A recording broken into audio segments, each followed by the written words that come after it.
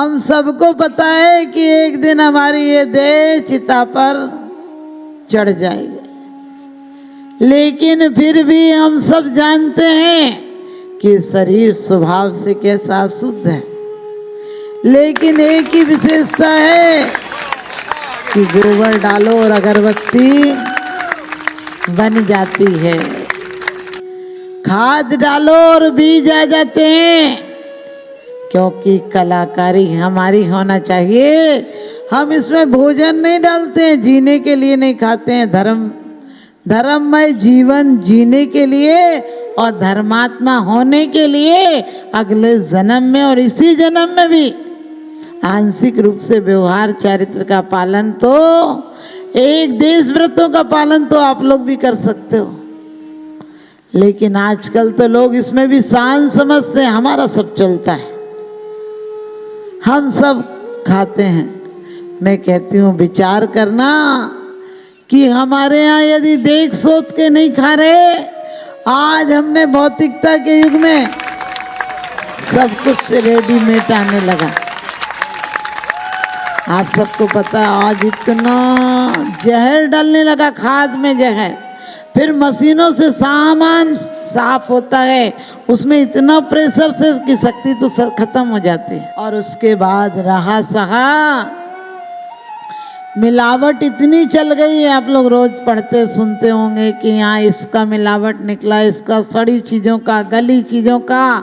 और आज जो इतने कैंसर हो रहे हैं, मुझे तो अब ताज्जुब होने लगा। 10 साल के अंदर हर 2-4 फैमिलियों में सुनो, अच्छे अच्छे लोगों को जिनकी कोई व्यसन की आदत नहीं है, कोई बाजार का नहीं खाते हैं, सारा कुछ शुद्ध खाते हैं, उसके बाद भी ऐसी बीमारियां आ जाती हैं। कभी विचार किया क्यों आ जाती हैं? क्योंकि आज इतना जहर मिलाया जा रहा है बीजों में कि आने वाली पीढ़ियां सब आधी मौत मर जाएंगी। ये अवसर्पणी हुंडा अवसर्पणी काल में लोगों की आसक्ति इतनी बढ़ गई है कि धन की गोदामें छोड़ जाना है, चाहे किसी प्रकार से मिले। आप सबको पता है कोरोना काल में लोगों ने क्या किया, इतनी दवाइयां नकली दी, इतने लोगों ने अपने पास स्टॉक करके रखा कि शायद आधी दुनिया बच जाती यदि लोग ईमानदारी से पेश आते तो। लेकिन इतनी आसक्ति है कि दुनिया मरती हो कल, आज मर जाए, लेकिन अपने पास पैसा आना चाहिए। आज हमारी हालत भी ऐसी है कि हमें अपनी हालत, अपनी आत्मा मर रही है, लेकिन शरीर सुरक्षित रहना चाहिए। जबकि शरीर तो नाशवान है, ये तो कभी रहता ही नहीं शासक।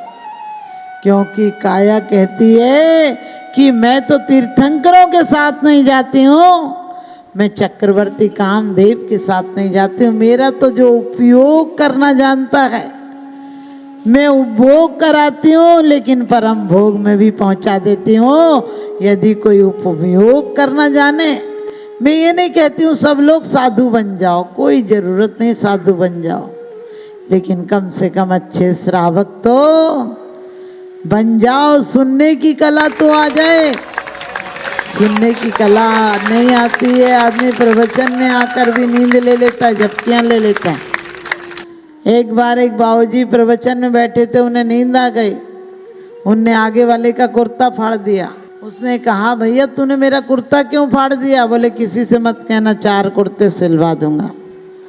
बोले पहले ये बता फटा कुर्ता पहन के घर तक जाऊं कैसे? बोले मेरा पहन ले, लेकिन किसी से हल्ला मत कर। बोले अरे मैं कुछ नहीं पूछ रहा हूँ, ये पूछ रहा हूँ कुर्ता फाड़ा तो फाड़ा क्यों?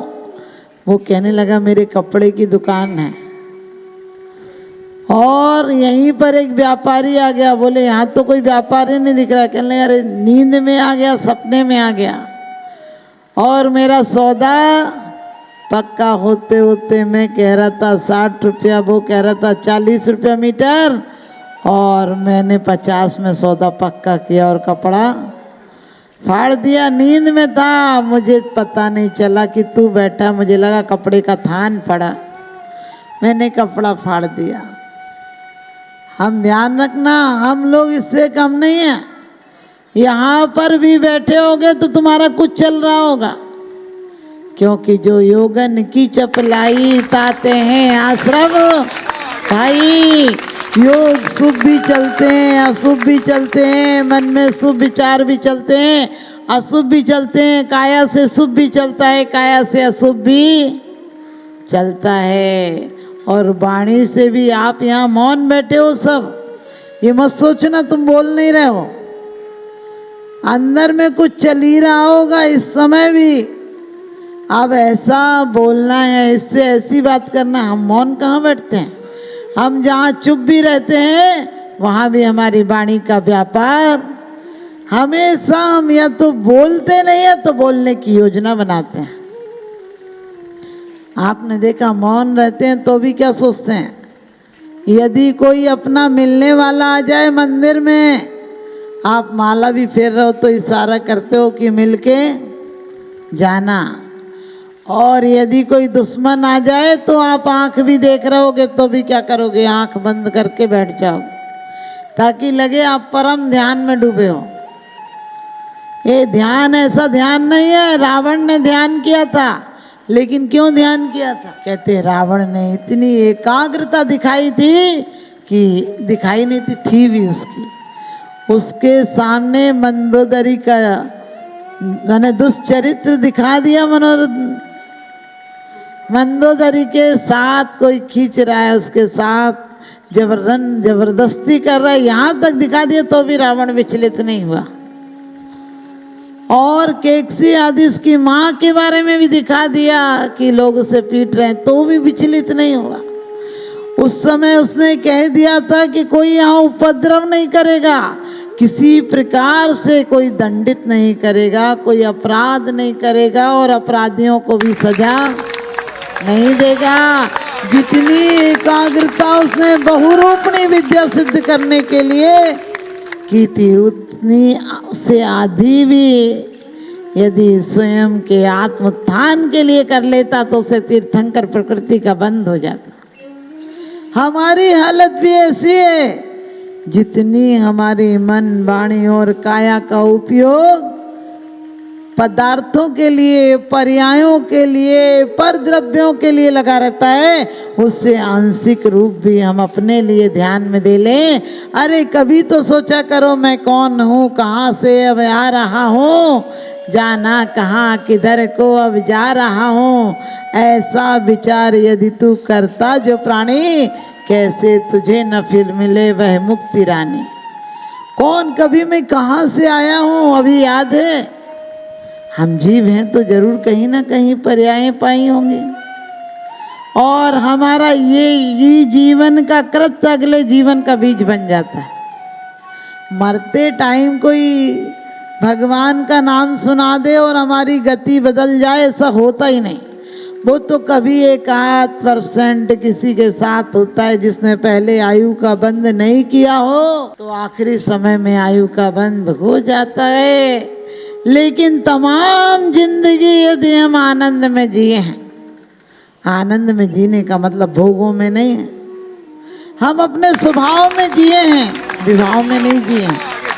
आज आदमी स्वभाव में कहाँ, माला फेर ले, मंदिर चला जाए, शास्त्र पढ़ ले, पूजा कर ले, कुछ भी कर ले, लेकिन अंतरंग के तार जैसे परिवार से जुड़े हैं ऐसे हमारे आत्मा से नहीं जुड़े।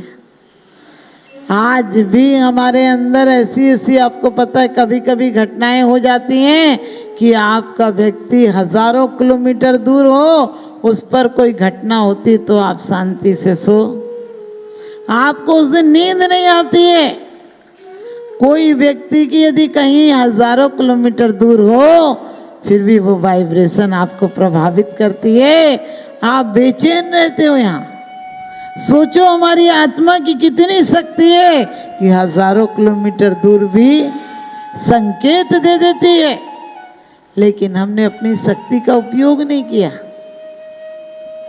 आज भी विज्ञान तक कहता है कि आपको क्या घटना घटनी है, शुभ या अशुभ, आप थोड़ा सा दिल को हल्का करो। हल्का करो का मतलब आज हमारे अंदर बहुत उठापटक है। वर्षों की पूजन आराधना उपदेश आपको याद नहीं होंगे, लेकिन 10 साल पहले भी किसी से झगड़ा हुआ होगा, आज तक वो व्यक्ति सामने आएगा, तुम्हें पिक्चर को झूम जाएगी, तुम्हारी रील की तरह घूम जाएगी कि अच्छा ये वही व्यक्ति उस दिन इसने ऐसा कहा था। अब इससे ऐसा कहूँगा, वो शास्त्र की 2 लाइनें आपके अंदर नहीं आती हैं कि किसी से बैर भाव नहीं करना, वो सब दिल हमारे अंदर नहीं चुकते हैं। ये बैर महादुखदाई है, ये बैर न बैर मिटाता है, ये बैर निरंतर प्राणी को व्याकुल करके भटकाता है। हमारे अंदर ये लाइन आ जाए, पूजा की एक लाइन भी आ जाए तो हमारा कल्याण हो जाए, हमारी पूजा के योग्य हम खुद बन जाए। तुम अभी इनकी पूजा करो, एक दिन तुम भी पूज्य बन जाओ।